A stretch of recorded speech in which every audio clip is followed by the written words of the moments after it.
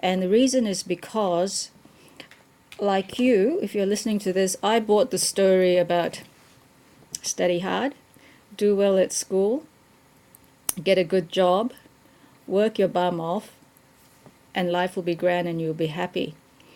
Funnily enough, that didn't quite happen the way it was supposed to. So you come to a certain point in your life where you realize as hard as you work, a lot of that money goes into taxes. You pay your taxes happily.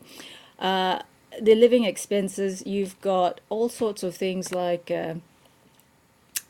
inflation eating into your savings.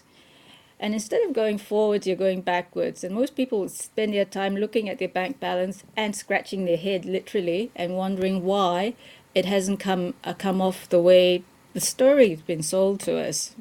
You know, the work, go to school, work hard, get a job, get married, you'll be really, really happy. Some of you might think it's called the midlife crisis, and maybe it has something to do with it, because that's when you actually do an appraisal of your life and where you've been. So one thing in looking back, I found that what school doesn't teach you, even though that's the line you've been fed, is to become financially literate. They might teach you to read, to write, and to arithmetic, or at least when I was at school, that's what they did for us, or told us we needed to know as skills. But they also taught us things like algebra, very useful today. You know, how to differentiate and integrate equations and calculus. Fantastic if you want to spend your time in a very small academic, I guess, taking on a small academic subject in higher education where you want to teach this sort of stuff, which is important. Don't get me wrong, we're not putting that down. But what they don't teach you is how to invest your money, what money is all about, or the freedoms that money will give you. So, among other things, it's a journey for me to basically educate myself, and that is a point that you might want to take up with yourselves and your kids.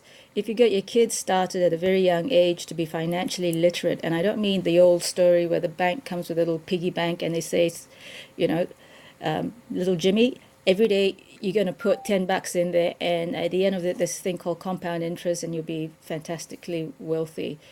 That's not quite right. You have to be actively involved in it. Being passive also means that you're letting somebody else take control of the way your future is going to become. And that's something to do with the way the governments and the school system tends to work. And that is basically saying, you're not smart enough to look after your own money. We'll you know, leave it to us. You just go away and be a little drone and work hard. So my point to you is sit in the driver's seat, and basically you decide and you point the car in the direction you want to go. And hopefully that direction you want to go to is one where you are financially independent. You are intrinsically happy within yourself, and before you jump up and down, no, the two are not related, okay? If you're miserable and you have a lot of money, you'll just be a very miserable rich person. If you're a happy person and you get a lot of money, you make a lot of money, you'll be a happy rich person. So money just magnifies what you already are. And that's really the point of the exercise. It's who am I? And if I don't like where I am, how do I get to where I want to go to? And the real secret is the person that I become in the process, which is important, okay? And that's where this book, 7 Strategies to Wealth and Happiness, comes in. So for all the women out there as well, you're going to have a situation like most women, funnily enough, who even though pay the bills normally for the grocery bills, let's say, and handle the utility bills, they tend to leave the investing to their husbands. And it's a cultural thing, it's a societal thing, where money isn't discussed in families, especially where girls are involved. And what makes you think that the man in the household actually has a better idea than you when it comes to investing? They may have, Okay, this is not having a go at blokes and bashing, but I'm saying that you have to have in your head an idea of where you want to be 5, 10, 15 years from now.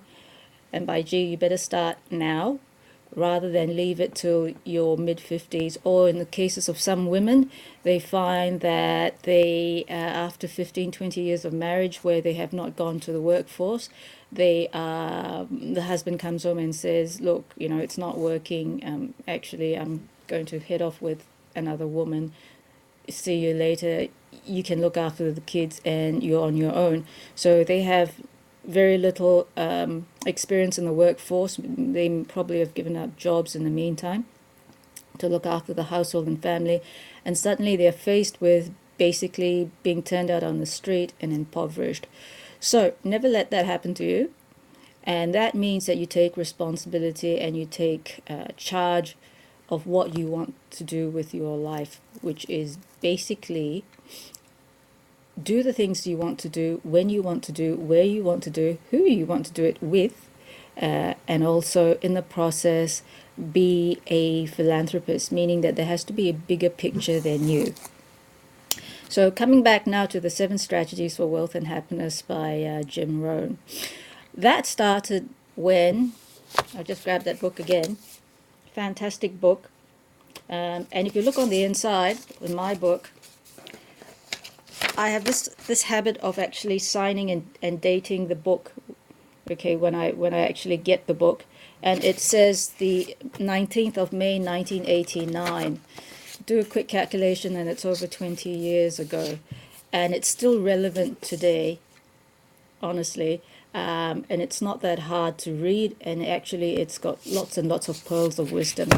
Just the 7 strategies he talks about. 1 is unleash the power of goals. 2, seek knowledge. 3, learn how to change. 4, control your finances. If you don't, your finances will control you. 5, master time. 6, surround yourself with winners. And 7, learn the art of living well, which is a great thing to have to read. So number 1, unleash the power of goals. If you don't have a goal, it's a bit like playing football without knowing where the little sticks are. So which end of the field do you run to? Or you just sort of, everybody gets in a huddle and gets muddy. It's pointless exercise. So really, it gives you a direction, a sense of direction anyway. And then if somebody goes around and says to you, I don't have goals really, it then makes you ask the question, have you actually sat down and thought about it yourself, what goals are all about?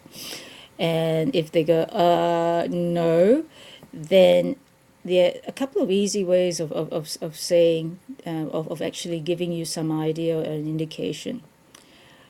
1, ask yourself what is important in your life. And most people will say, my family, my health, my community, okay, on a bigger scale.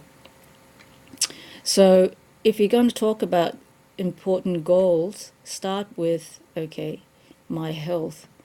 Do you have the sort of life, sort of a healthy lifestyle? And if you don't, why? Is it because you eat too much junk food? Well, that's something that indicates to you perhaps you want to look at that area.